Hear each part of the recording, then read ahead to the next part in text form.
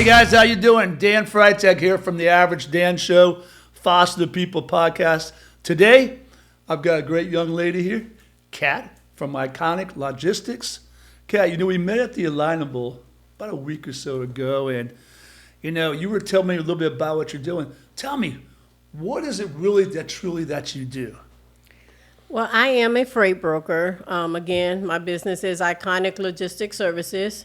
So my job is to reach out to the businesses as far as manufacturing company, distribution companies, any company that need freight moves to gain their business for my drivers.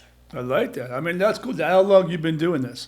I have been in the business for 3 years. Okay. So I started my business in 2022, and I started as a dispatcher to learn more about the industry before I just jumped in it.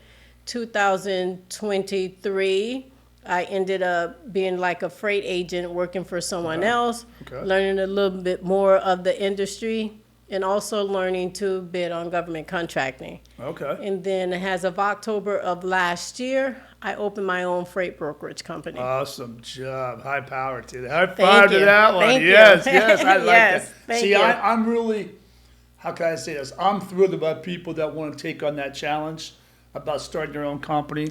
Because I've always preached to people in general, especially doing my consulting, why would you want to work for somebody else for 10 years, give up your life for 10 years, slave driver, when you could do the same thing for yourself? You're going to have a lot more hiccups. You're going to have a lot more lows, a lot more highs. But at the end of the game, guess what? It'll be yours. You've created an asset. You've created this legacy, not only for yourself, but for anybody who works for you. You know what I'm saying? In your family. So it's one of those things. So I'm very proud of you. I got to start out by telling you I'm very proud of you. Because right now it's tough in this market. It is very tough in this market. Number one, being a woman in a male industry. Yeah. Number two, being new as far as my own brokerage and being under a year, because that's where there seems to be a problem. And not just with that, trust. You have to build the trust and a relationship with people in order to gain their business. So let me ask you a question. Where do you think some of the weaknesses are right now as being fairly new? I mean, is it the knowledge? Is it dealing with the personnel? Because like I said, I've been in business now for over 40 years. And I still struggle dealing with team members, proper, effective communication skills. So, I mean, where do you see it from your perspective? I do see a problem with communication. Yes. It is definitely a breakdown in communication, which is strange because when I first started in this industry, everyone talked about communication. Communication is the key. Yes. Make sure you communicate with this person. Make sure you communicate with that person. But it's like when you reach out to someone or call them, then that communication that they want, they don't know how to return it in respectfully. You're totally correct. And as I tell people when I reach out to them and they're like, to be honest with you, I have a carrier or I have, someone I work with and so forth. And I always tell them, I appreciate that. I have more respect for you saying, I already have someone, but I'll keep your information versus just hanging up on me or, ignoring the email or whatever the case may be. And I do understand that they may get thousands of emails or thousands of phone calls, but it's also still a way to treat that person because everyone wants to be treated the same way they give that out, You are totally correct. That's one thing I've been preaching now for about a good 5 years to my staff. Is customer relations. Yes. I call it the wow factor. Yes. In other words, anybody can do what I'm doing. I am not the rocket scientist here. Only thing is I believe that I have to look at each customer as the only customer. Even though I got thousands and thousands of customers, every time I talk to a new customer, it's like, what can I do to make this your best thing? What can I do to give you good, fair pricing, give you great customer service? And at the end of the day, I want you to be my cheerleader, and I want you to go out there and tell them, hey, Dan and his company did a great job. And that's what when we talk to people on Foster the People podcast, I've always been trying to express myself to others out there that communication is like the key thing in this world. You see it in today's world where it's all divided and people are doing this and people are thinking this. And then ultimately what happens, it becomes sort of like a cancer in your business. Exactly. And what happens, it makes it miserable for everybody. Everybody. You It know? really does. So let me ask you this question. Of all the things, what decides you to finally get into the trucking business? I mean, I think it's a really cool concept, but it's like, I don't know, what'd you do prior to that? I was in the medical field for 22 years. I Oh, worked wow. at the Eye Institute of West Florida, actually down the street from your Okay. office. And I was a team leader there over the retina department for 22 years. Wow, that's amazing. And Hats off to that, too. it was time for a change. It was time for a change. I think it doesn't matter which industry you're in. Right. Right now, in the way the world is going, people really just don't want to work. You said the key word. Well, let's be honest. They want to work enough to just do what's good for them. That would be true. That is Okay, actually but everybody true. wants that high paycheck because let's be honest, I have to admit, our economy is pretty high. Food prices are costs, rent costs is going up, a lot of things are going up. And that's one of the things that I've also preached to many people is that you've got to be happy where you're at. Exactly. Okay, and if you're not happy where you are, then try to make changes. Try to look into something else. Maybe you got some traits over here that can slide into this position too. Right. You know, and a lot of people don't think of it. They go, oh, I'm in this, I can't do it, this sucks, this bad attitude. And I'm like, there's more to life. If you want to twist that bad attitude and look in the mirror and go, hey, tomorrow's a new day. Tomorrow's Put a smile a on new my day. face and keep going. Yes, actually, every time I see some of my old coworkers or whatever, they always tell me I look refreshed or how good I look or I'm happy and do I want to come back? That answer is no.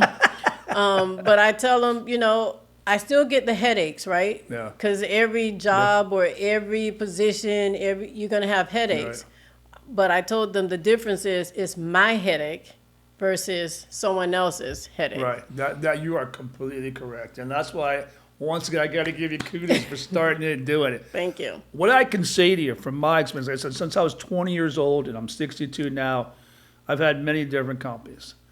And I think where a lot of business owners don't actually look at it, they're in the day-to-day operations. And what happens, you're too in tuned. Correct. You have to literally look as from, I call an owner atmosphere, where you're looking down the company and going, oh, this one's really strong, but they have this weakness. This one's really strong, but they have weakness. And try to find all the strengths and the weaknesses, which is hard to do sometimes, and go, okay, how can I correct these problems? And like I said, it goes back to me with my company. I have 42 people on one, and I got 20 on another one.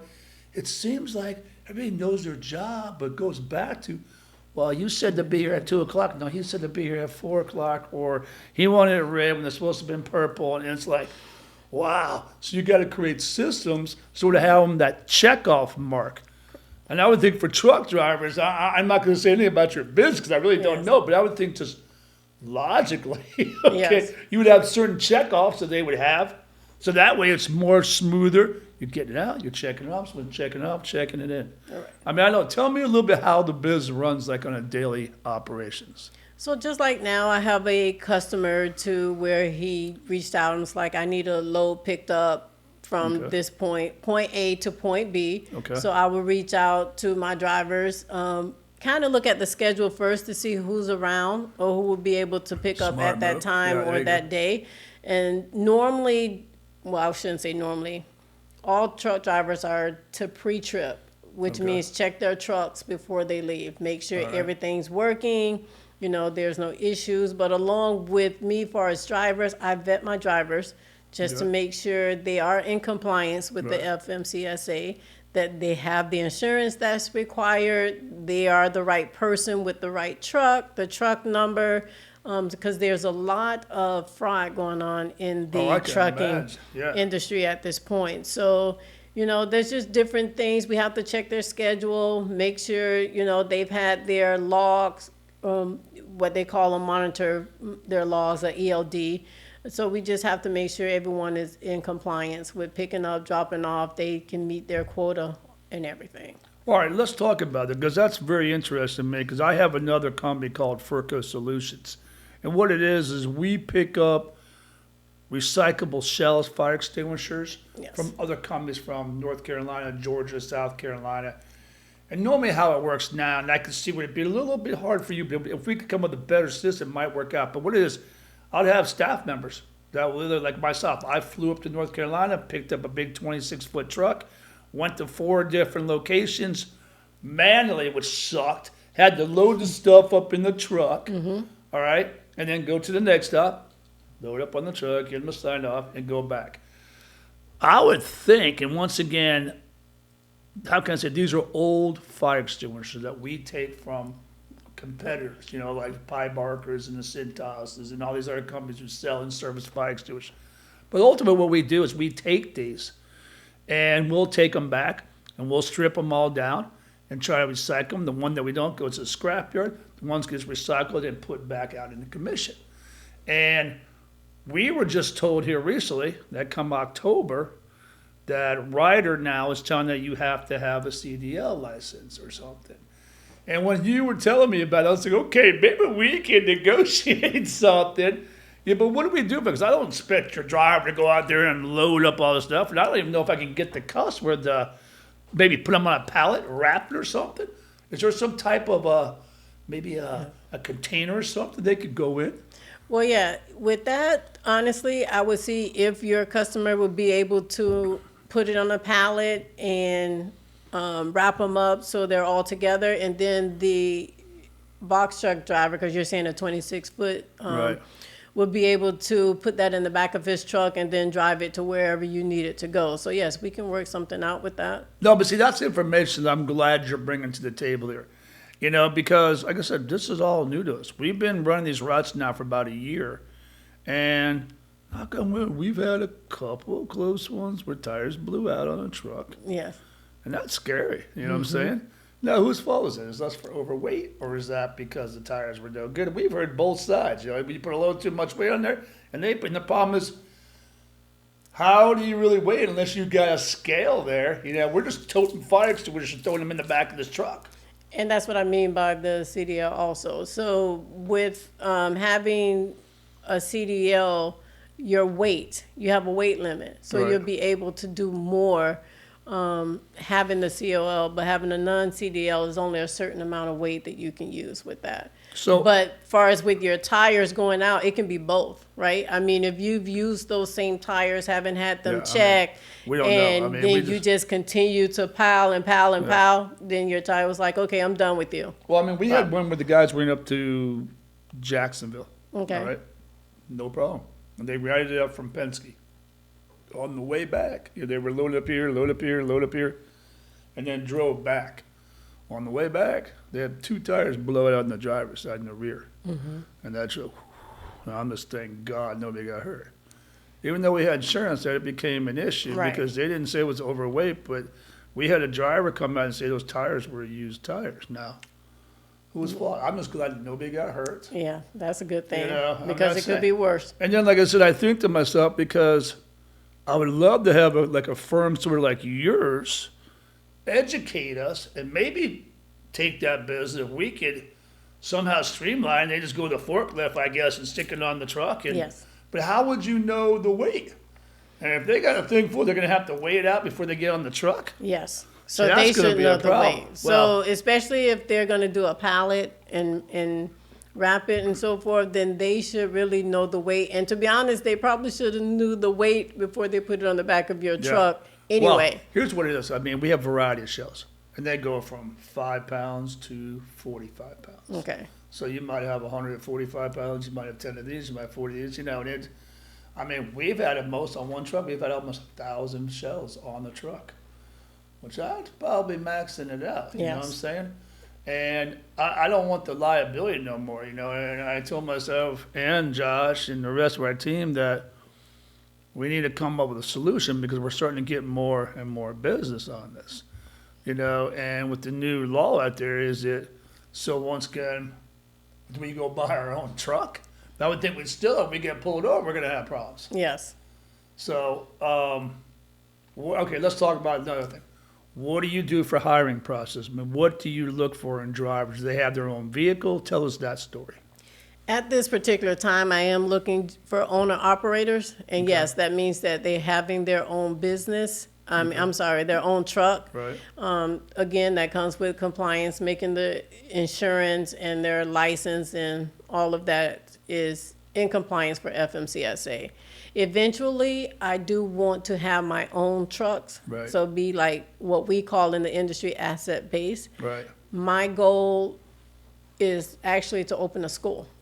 Okay. Open a school for young adults that All right. feel like college is not just for them, Okay, that's cool. I but like to that. let them know that they can still be successful without going to college and, get them off the street, so to Well, speak, help them be better. I'm going to throw something to you, okay? Okay. I dropped out of high school in 10th grade. Mm-hmm.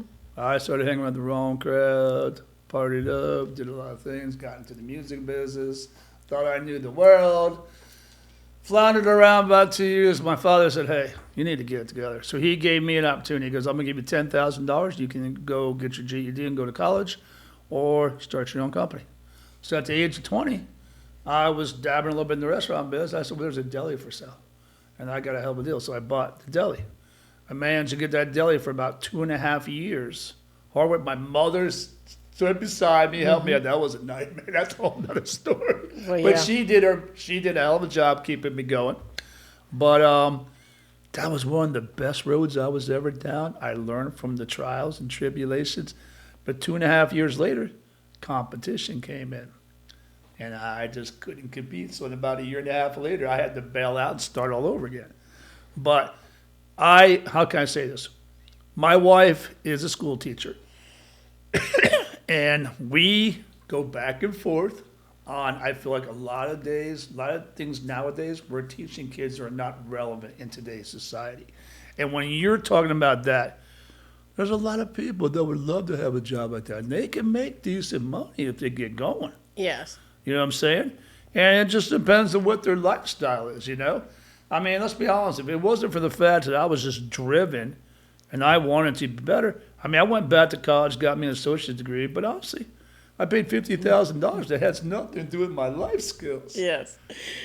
So I'm proud of you for saying that because most people don't think that way. And like, I'll be honest with you, I'm trying to find young people for my business because us older people, we don't really think like them. Like Josh, he's smart. Yes. And he's aggressive. And if I could duplicate him like 5 of those, I'd be doing really well. Right. So if we were, I wouldn't say smart, but I'm going to say smart, right? you are. Well, if we were smart at their age, Yeah. I think it would be different. But I'm looking at it as everyone right now is just, as far as the young kids, I think social media, being an influencer, videos, they see that and think everything is all peaches and cream. Well, don't you feel that way? Well, I wish, right? But not knowing what those particular people have went through to get where they are, number one. That's it. But also, they're only showing you the glam. Yeah. They're not showing you the back part of Yeah, it. behind the scenes. Behind the blood, the scenes. sweat, and tears. Exactly. A lot of people don't understand. When I first started my companies, it was like working 7 days a week, 23 hours a day, half hour to brush my teeth, take a 5-minute power nap, and keep going. And it's like, how can I say this? I always encourage people, yes, try it. If you don't like it, you can always fall back and work for somebody else. Correct. But try it. But you can't just do it for a year or two. You got to fight. Like you got in right around the COVID time. Yes, Right I think I after was COVID. right after COVID. Yeah, so you sort of like came at the right timing too, because like COVID. Could you imagine COVID? People shutting down. You can't talk. You can't go nowhere. Exactly. So your timing that's another thing, Keith, in a lot of business is timing. It is. It is. Well, let me ask you this question regarding timing. Okay, we're talking about all these tariffs. And all this stuff. Yes. I can see we're in the trucking business. That could be somewhat of an impact on you. I mean, I don't know. Do you guys do over state or is it strictly local stuff, or what all do you do? No, we are nationwide. Okay. So, yes, the truck drivers do go over all 48 states. There have been, business have slowed down Right. a little bit as far as with the tariffs and so forth. There has been a lot of trucking companies that have went out of business, Yeah. a lot of manufacturing companies that have, went out of business. And it's a lot of it, right, trying to find the right spot to where they can have or import Right. their products, which I'm actually also studying for customs to learn more about, the tariffs and doing international import and export. But yes, it's been slow. Yeah. A Well, little I bit. mean, let's be honest. The economy is like a little wishy-washy right now. Correct. Listen, I know from the real estate business, okay, and from the fire protection business. I always tell my staff in the fire protection business, if you drive down the street, you start seeing these little mom and pop shops bopping out, that's your sign that there's a little bit of trouble coming down the road here. If you start seeing more and more going in, that's a really good sign. Same thing with the real estate market, okay? The real estate market I have seen when houses start getting overabundant, now it's time to buy. Yes. Okay? Yes. And that's where we're at right now. We're the buyer's market. So if Correct. you have the investment, buy it now. But the problem is the interest rates are high and the insurance rates are high. So, but they're not real high. Hey, I just bought a deal 2 years ago at 12.99. Well, I just heard too, right, that the feds are trying to lower the interest rate. Yep, they're trying to lower the Okay, interest, and yes. they're trying to get away on homestead, or what Yes. they call it, taxes. Right. Trying to do now. Okay, I love to hear that, but then I go, where are you going to take it from or somewhere else? Oh, of course we are. Because if you take it from here, if you're taking hundreds of millions here, Yes. they're going to take it somewhere else. Of course. They have It to. ain't, it's the same, right? When you see the sale, when you're going shopping and you see a sale, and by the time you get home, yes, it was a sale, but all that did was entice you to buy 5 more extra stuff. So you really, Well, versus you've the been hanging around ones- my wife. I see how that is, man. I say, honey, what do we need? Like 10 minutes. It was on sale. Yeah. But we got 10 of them? Exactly. That's how it works. That's how You know? it works. All right, so what's your game plan as a female operator? I would think, well, maybe I shouldn't say this now because I see there's a lot of female drivers. Yes. But isn't it still predominantly male? Or is it becoming more female-oriented drivers and stuff? I think it is becoming more, we're seeing a lot more females get into Okay. the trucking business, whether they're driving, whether they're dispatching, whether they're Getting brokering, yes, Getting involved. or being a consultant, trucking Right. consultant or anything like that. But yes, there's a lot more women getting into the industry, but there's still the male that just feels like it's mine. Man's job, yeah. It's Yes. a man's job. Exactly. Well, I'll tell you the truth. When I got into the fire protection business about 30 years ago, it was strictly here in Florida, a good old boy network. And they didn't want no females. They didn't want black people in it. I met a manager, and she introduced me to the Goodwill program. And we were helping convicts get acclimated. Because we'd have a recharge where we'd build fire extinguishers. And these guys wanted to get out of the center, and they wanted to get a job. And we brought them in. Well, I had the state look down on me for a couple of years because I was doing that. But we overran that. It was like the best thing we ever did. We were helping out and trying to get people educated and trying to acclimate people back in the world. And I see there's a lot of transitioning in different ways in our world, But I think it's really a positive thing if we could keep the momentum going of just being open-minded and trying to help everybody live a respectful and peaceful life. I agree, and it's funny that you mentioned the convicts and so forth are coming out, because when they're in prison or in jail, that's where a lot of drivers get their CDLs. Yeah. They offer that course in the jail system or prison. So why not have a place for them to actually come get a job Right. after that? You're so true. Because a lot of times now companies won't hire them because they have a record. Yeah. So I think there should also be a place for them to be able to do that. I look at it as everybody needs a second chance or Yes. maybe a third chance, Yeah, because yeah. we're all knuckleheads. as we right. We Oh, yeah, all yeah. there's no one perfect. The only Oh, person true. is the man up above. You're right. You're And we 1000% all make correct. mistakes. Yep. Everyone has mistakes, no matter Yep. what color you are. That's right. We all have skeletons in our Oh, closet. yeah, yeah. I just feel like some people are just judged by their past when actually that past is what pushes people to have a better life or want to do better. You're totally correct. You were talking. So let me ask you this question. Let's talk for the people who are watching us.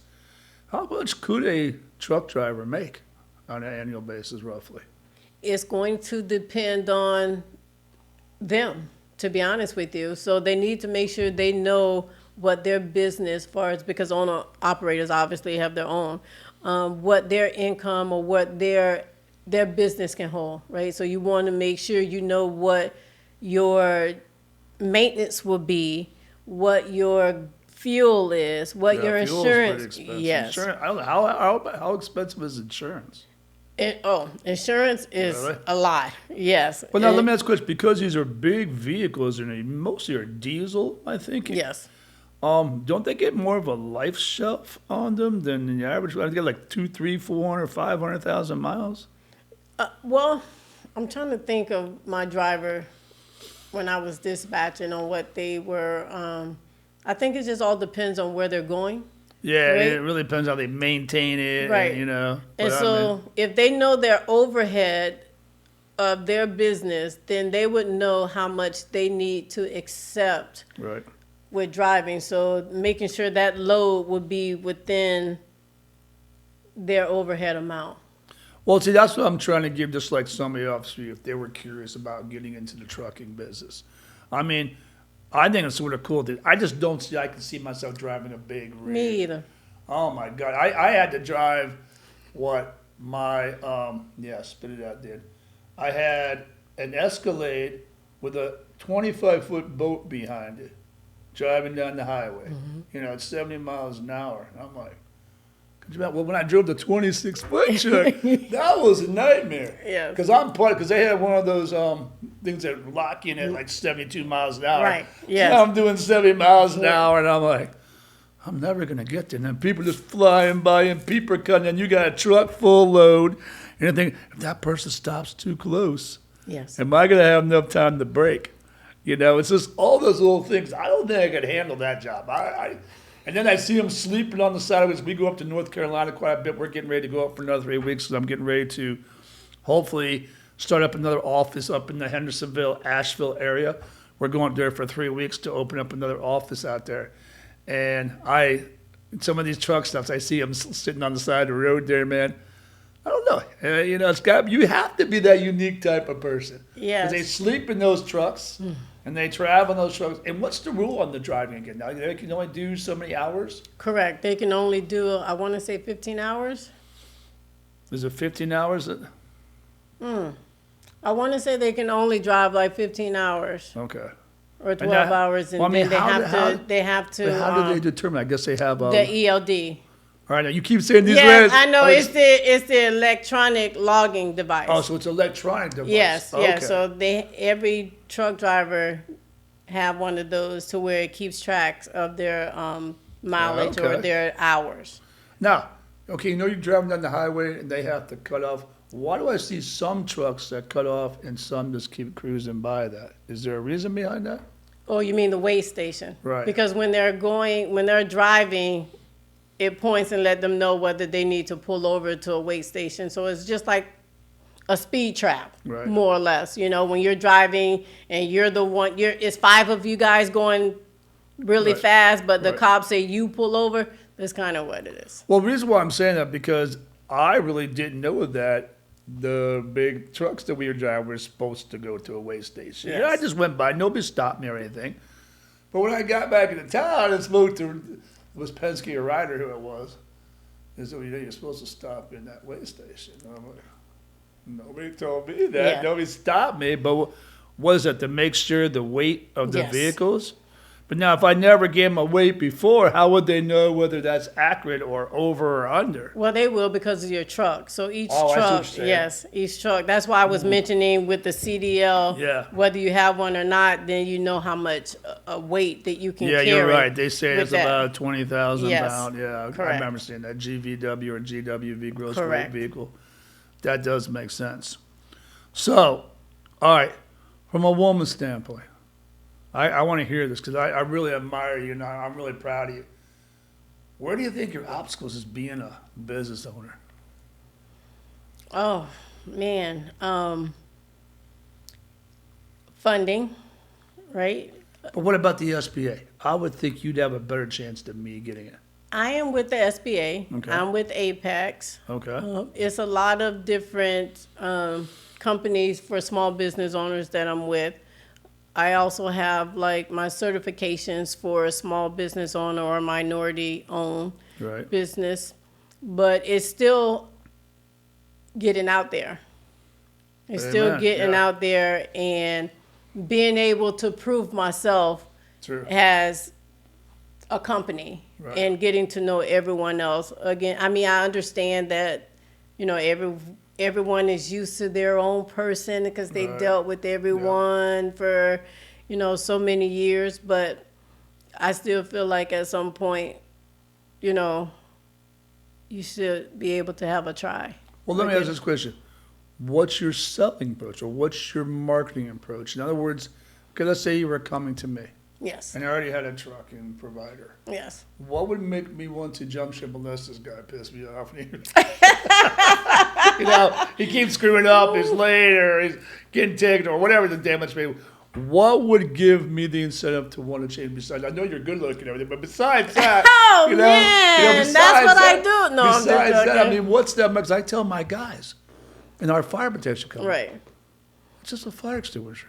What's going to make you better than anybody else? And I hate to say it, but sometimes it's that price factor to get me in the door. Right. And then I get more services from them, but it's a little bit lower price to get in the door. Then I go, okay, I got the wow factor there. And then I'm going to start upgrading the sale. Mm-hmm. You know, and that's what I was thinking to you. What do you do market that's different than, I don't know, Penske or anybody? How do they market their stuff, you know? Well, that is actually a good question because I came across that myself, right? A lot of people say, well, what do you do different? And I say, how can you really ask someone in the trucking company, what can you do different, right? Because everyone say, oh, delivery, or everyone says, oh, I'm on time, or this and other. But again, I feel, to me, it would be relationship. It is. It really is. It is about you're totally relationship, right. and You're totally right. and I feel like if I'm still reaching out to you, no, at this particular point, you don't have to give me business, Right. but I still would like to get to know you. And I always tell people when I follow up from events, Right. hey, Dan, it was nice meeting you at the event. I would love to get to know more about you or get to know about your business. That's because that's the only way, right? You have to build that relationship and build that trust with companies. That's like shit. But now, okay, how do you find the right targeting customers? I mean, you would think, okay, fire protection, not much relationship there, but what companies would need big trucking? I mean, yes, I do from time to time have from distributors send me over, I don't know, half truckload for fire extinguishers and equipment. But that's only like 3-4 months, and it usually comes from the manufacturer, and they have their own freight line company and stuff. You know, they use R&L or whoever the big freight That's line correct. companies go. So my question would be is how do you find these customers, and how do you market to them? I look more or less from medium to smaller companies. Okay, makes sense. Obviously, because I am a small company myself. But I feel like that would be the way for me to actually get in and to build my credibility. Because they're going to be looking for price, like you said. Let's say starting off, you're going to have to give me something more because everybody Right. says they can do it. Everybody says they're the best one out there. And Exactly. honestly, I think the only reason I'm going to change is going to save me a little bit of money. We're all in the saving money. Let's be Correct. honest about it. Correct. Let's be honest. So if I start out with a smaller company, then I know that we can build together. Right. We can build that relationship. We can build that trust. We can build the business together, right? Right. Because again, they're starting out. I'm starting out. And so we're going to both be looking to make value. Right. We're going to, see what value in each other that we can get. Now, let's talk about this part of my little pea brain here. You always think of like Amazon and all these big companies out there, they're shipping stuff, to FedEx. I would think that you would have to have more of a whole Amazon warehouse to fill up a truck or something, I mean, how do you compete against the new boys that are popping in here? Well, I can't. Yeah. I mean, it's difficult. It's really difficult competing with larger companies. Right. Because they have actually, more capacity. Right. So that's why I also look to partner with larger companies. Right. Let's partner. Yes, let's partner together because I can grow with them and I can grow on my own. And then it'll also give me the experience of having more business as far as larger. Right. I So mean, that's that what I look for. definitely makes good sense because I'll tell you a prime example. For like the first 15, 20 years of my business, my competitors was like, ooh, stay away from me. Don't talk to them. Don't communicate. Try to take their business. Now, in the last 10, 15 years, my goal is to try to work with them, try to educate them and get them to educate. Because I'm in the fire industry, I'm probably one of the oldest ones that have been around. I mean, okay, let me back up. How can I explain this to you? A lot of the guys that I grew up with in the 30 years ago that started in this business, they've either faded away, they went out of business, they've died. So there's only like maybe 3 or 4 of us companies in the state of Florida here that are still around, that are still not been bought out, not been sold out. So I have a little bit of a name for me personally of knowing I've been around the block the longest time. Right. And I still see companies out there that are doing it the old way. And I'm telling them, guys, you are wasting so much money, so much time because you haven't implemented these little systems. Right. Prime example, 28 years ago, we were doing apartment complex. Well, we do them all the time. What happened was in the old days, they would give you this big bull ring of keys. It'd be like 300 keys. And they go, all right, go on out there and go do it, knock yourself off. I'm like, okay, cool. So it'd take me 20 minutes. I'm thinking, do anybody in there? Nope. Take me 20 minutes to go through all those damn keys, finally get inside and go, all right, where's it at? It's supposed to be here. So I'm talking about, I'm killing time. I'm killing like 30 minutes a door. But one day I woke up and said, let's get smart about this. Why don't you just tell them to put a notice on the door and tell them to leave it outside the front door. And between the hours of 9 and 4, we'll be by there to take care of the fires. Well, that cut off a whole bunch of time. Right. Then the next thing was, we used to build the fire extinguishers right on the job site. Okay, we'd go up to a 3-story building and have to take all these fire extinguishers down to the truck. And the thing that broke my back was, I'll never forget this till the day I die. We're working, there's 3 of us, we're working our trucks, right beside, we're in this high-end apartment community, Cadillacs, Mercedes. All right, we're doing this. All of a sudden, fire should blast off, because they do occasionally, and the powder. That's all over their car. Next thing you know, those guys come, what the hell is wrong with you? Me and my guys sat there till 9 o'clock detailing cars. And I said, well, there's got to be a better way. There's got to be a much better way. So, I probably shouldn't say this, but I hired this guy that liked to drink a lot, but hell, could build fire extinguishers really quick. Yeah. So we paid him like $7 an hour and a 12-pack of beer, and you sit back in that room and you recharge. And then what we did, we started out the swap out program. Yes. You know, like the water coolers yes. and stuff like that, and the propane tanks. God, it was so much faster. Normally it'd take us like 2 weeks to do a 300-unit apartment house. We bang them out in 2 days. Oh, So now you get more work done. You're getting more things done. Right. The customer's saving money. correct. The same fires they got is almost identical. It looks like the same one because you get a Buckeye, it's a Buckeye, and it saves everything. On top of it, I ain't got to worry about doing the recharge and giving it to you, and then maybe something went wrong where it leaks down 24 hours. This way, put it on the shelf, and before it goes out in the field, we check it. And that way we know it's good for that next year for Right. inspection. So it was one of those little tricks. And I had to state, because you'll get a kick out of this. When I first started, I was marketing like really aggressive. Between telemarketing, faxes, all right? We did this gimmick where we do it 99-cent certification, which was like $6 to all these apartments.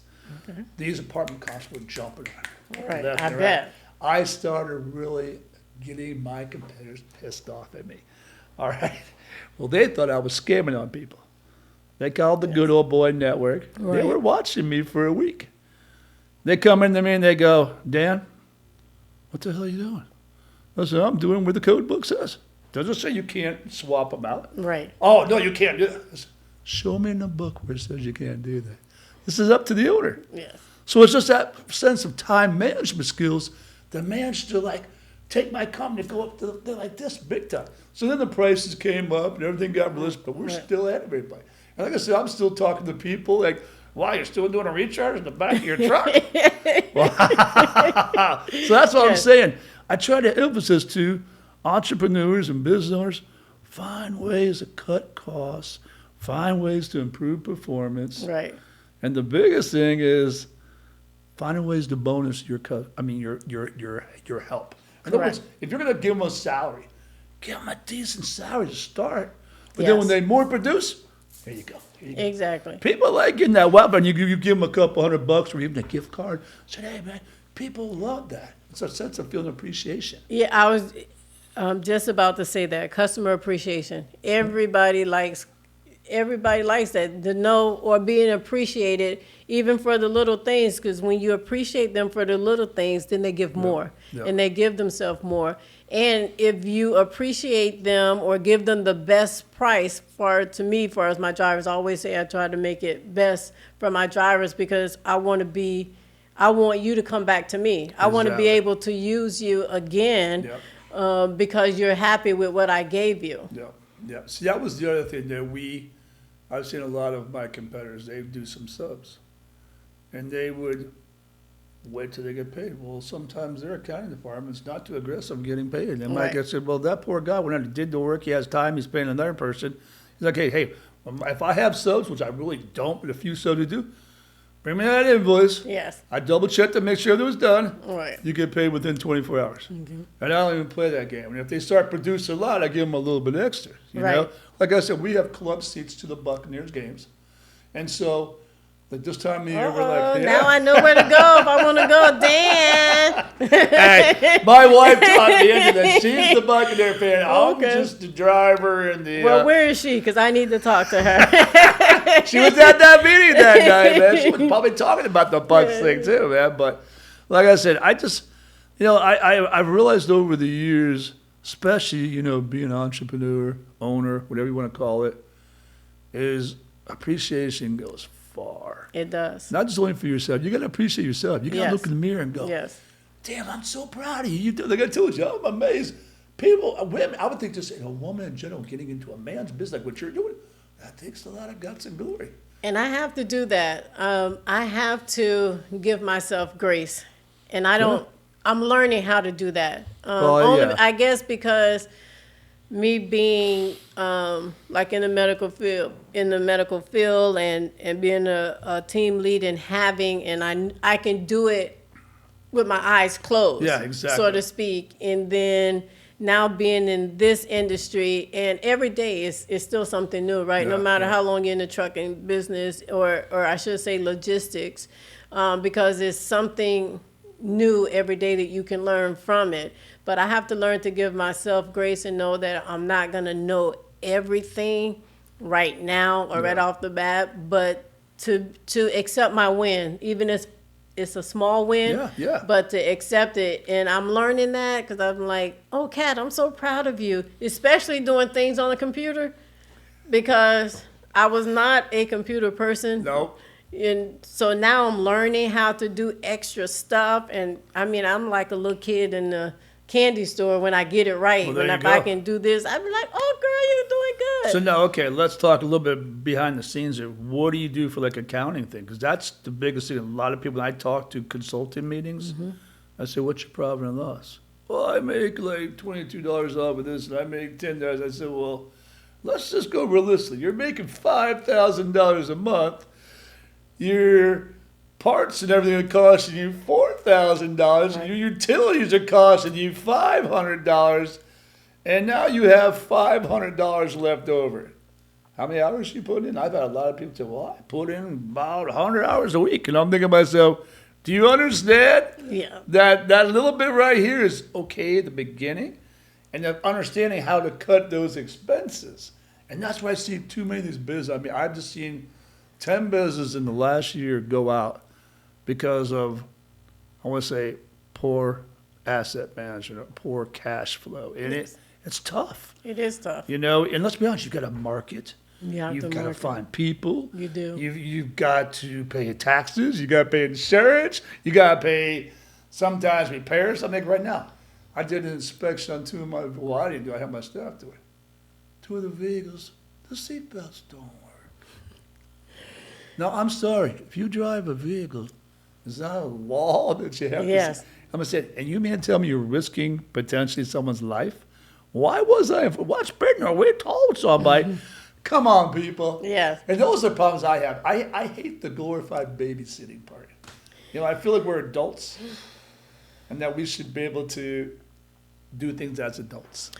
I agree. So far as with my accounting, so I have QuickBooks, but I also have a CPA. So I Okay. actually All right. just reached out to him and told him to go through my account and make sure, my taxes is up to date, or, what I need to do, because I don't want Uncle Sam coming after me. No, you So don't. just to make sure everything is up to date with that. So I let them handle all of that. So I do my own to where I look into QuickBooks, but then, like I said, I have a CPA that takes care of.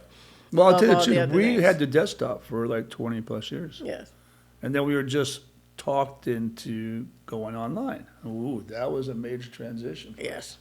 We're still struggling. It's been about 7 months and we're still struggling. All right. I think there's a lot of extra features for that. That's really great for like sending out invoices, getting paid online. But once again, a lot of businesses don't understand you need to reconcile your account every single month. Every single month. Yeah, Yes. and a lot of people don't do that. And what happens, next thing you know, you see this little thing there for 55 cents from some company. Then they think the next thing you know, they're tapping your account for 22, 40 bucks. I just got one a week ago. Yeah. And it's little things like that, that if you don't see it, could be a $2,000 ticket. And then you go, oh, damn, what happened to that money I had? Exactly.